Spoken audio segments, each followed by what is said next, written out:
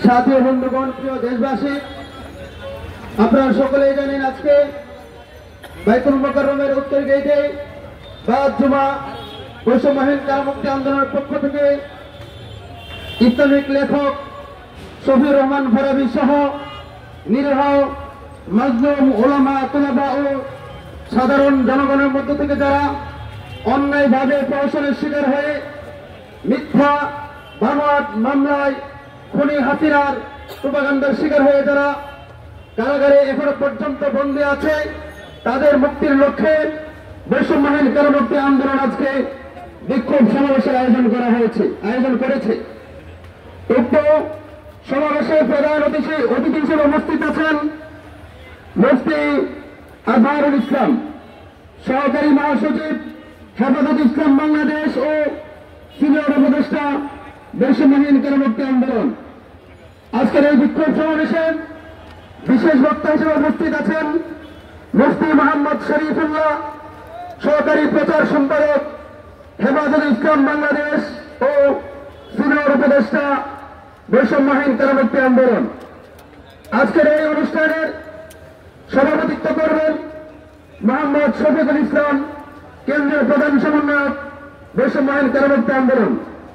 আজকের এই অনুষ্ঠানের সঞ্চালনের দায়িত্ব পালন করবেন মোহাম্মদ সাইফুল ইসলাম, কেন্দ্রীয় সমন্বয়ক বৈষম্যহীন কারামুক্তি আন্দোলন। সাধারণ সাথী বন্ধুগণ, এই পর্যায়ে আমাদের এই বিক্ষোভ সমাবেশ পবিত্র কোরআন তেলাওয়াতের মাধ্যমে আনুষ্ঠানিকভাবে শুরু হবে ইনশাআল্লাহ।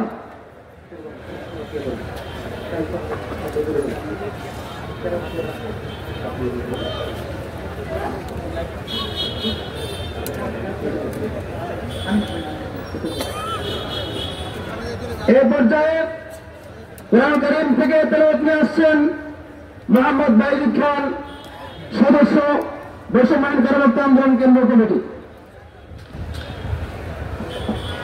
أعوذ بالله من الشيطان الرجيم. بسم الله الرحمن الرحيم.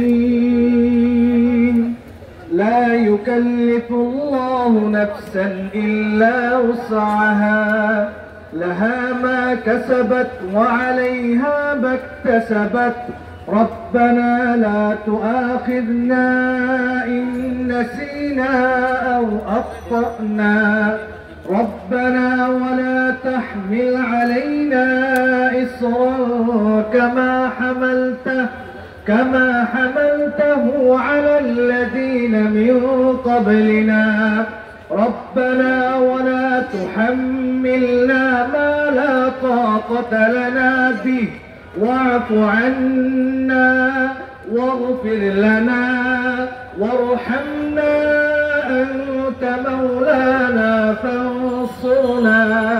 فانصرنا على القوم الكافرين. صدق الله العظيم.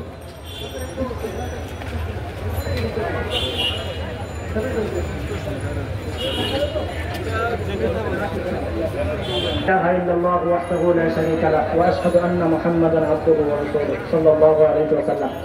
সংগ্রামী সাথী ও বন্ধুগণ, আমরা আজকে এখানে একটি মহৎ উদ্দেশ্য নিয়ে একত্রিত হয়েছি।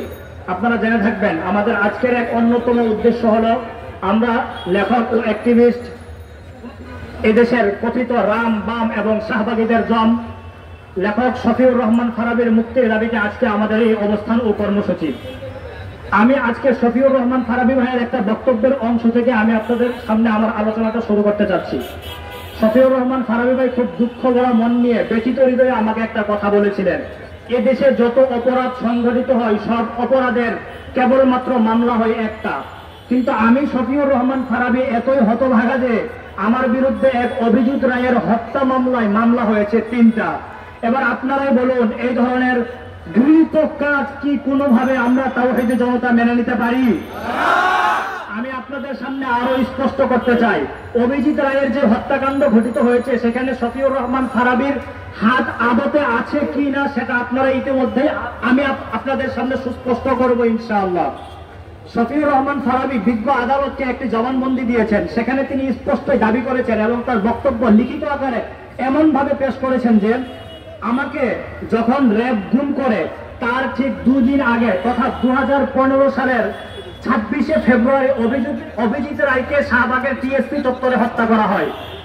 এর 2 দিন পরে যখন আমাকে গুম করা হয় তথা 28শে ফেব্রুয়ারি 2015 সালে তখন আমাকে গ্রেফতার করে সিলেটের বন্দর এলাকা থেকে। র্যাব তাদের সাংবাদিক সম্মেলনে বিভিন্ন মিডিয়াকে ডেকে এনে বলে আমাকে গ্রেফতার করা হয় যাত্রাবাড়ি এলাকা থেকে, অথচ আমাকে গ্রেফতার করা হয়েছিল সিলেটের বন্দর এলাকা থেকে। এবার আপনারাই বলুন, র্যাবের এই চক্রান্ত সুস্পষ্টই মিথ্যা, সামনে সুস্পষ্ট। এমনকি তিনি আরো বলেছেন, আমি আপনাদের সামনে বাস্তবতা আজ তুলে ধরবই, আমি আজ শফিউর রহমান ফারাবীর মুখপাত্র হয়ে এখানে এসেছি, শুধুমাত্র বৈষম্যহীন কারামুক্তি আন্দোলনের সঞ্চালক হয়ে আপনাদের সামনে আসেনি। তিনি আমাকে আরো বলেছেন, এমনকি তার ওই জবানবন্দি লিখিত আকারে আমি চাইলে আপনাদেরকে এভিডেন্স এবং এই মিডিয়াকে দিতে পারবো। তিনি বলেছেন, যদি এই দেশের মিডিয়া কিংবা এই দেশের বিজ্ঞ আদালত চায় তাহলে আমার 2টো পার্সোনাল নাম্বার আমি আপনাদেরকে দিব, সেটা আপনারা ট্র্যাক করলেই দেখতে পারবেন। 2015 সালের পুরো ফেব্রুয়ারি মাস, 26শে ফেব্রুয়ারি তো আমি তো কোনোভাবে টিএসপি চত্বরে যাইনি, বরং পুরো ফেব্রুয়ারি মাস আমি সিলেটের বন্দর এলাকায় আমার ভাড়া বাসায় কাটিয়েছি। তাহলে এখান থেকে এটা স্পষ্ট বোঝা যায় যে ব্যক্তি পুরো ফেব্রুয়ারির 1 মাস জুড়ে ঢাকায় আসেনি, সিলেটের বন্দর এলাকা থেকে সেই ব্যক্তি কিভাবে অভিজিৎ রায়ের হত্যাকাণ্ডে জড়িত থাকতে পারে সেটা কোনোভাবে এই দেশের আপামর জনতা মানতে পারে না। আমি আপনাদের সামনে আরো একটা ব্যাপার স্পষ্ট করতে চাই। উনি আরো বলছেন, এমনকি তিনি আদালত ও বিজ্ঞ বিচারকদেরকেও পর্যন্ত বলেছেন, এদেশের শাহবাগী রাম বাম আমার নবী এবং ইসলামের বিরুদ্ধে পালন করে এদেশ পাড়ি দিয়ে ইউরোপে গিয়ে বাড়ি গাড়ি পর্যন্ত করে ফেলে, আর আমরা ইসলামের পক্ষে লেখালেখি করে নবীর ইজ্জতের পক্ষে লেখালেখি করে তরুণ ধরে আমাদেরকে কারাগারের প্রকোষ্ঠে নিক্ষিপ্ত হতে হয়। এই জবাব দিয়ে দেশের আদালত দিতে পারবে। শফিউর রহমান ফারাবীর এই দুঃখ ভরা বকণ্ঠ আমি আজ আপনাদের সামনে উচ্চারিত করছি শুধুমাত্র এই জন্যই, শফিউর রহমান ফারাবীর গত দীর্ঘ 9 বছর পর্যন্ত কারাগারের প্রকোষ্ঠে আবদ্ধ হয়ে আছেন, এর দায়ভার আমাদের সবার, এই উম্মার প্রত্যেকের। এমনকি এই দায়ভার সবার আগে বর্তে হবে দেশের উলামা জনতার, যারা এখনো পর্যন্ত দীর্ঘ 9 বছর পর্যন্ত শফিউর রহমান ফারাবীর ব্যাপারে মুখে লাগাম টেনে রেখেছে। আমার বহু কষ্ট নিয়ে আমি আজ বলতে যাচ্ছি, এদেশের আলেমদেরকেই বলতে চাই, আপনারা এখনো পর্যন্ত শফিউর রহমান ফারাবীর পক্ষে কথা বলতে পারছেন না। আপনারাও তো কোনো না কোনো কারণে কারাগারে গিয়েছিলেন।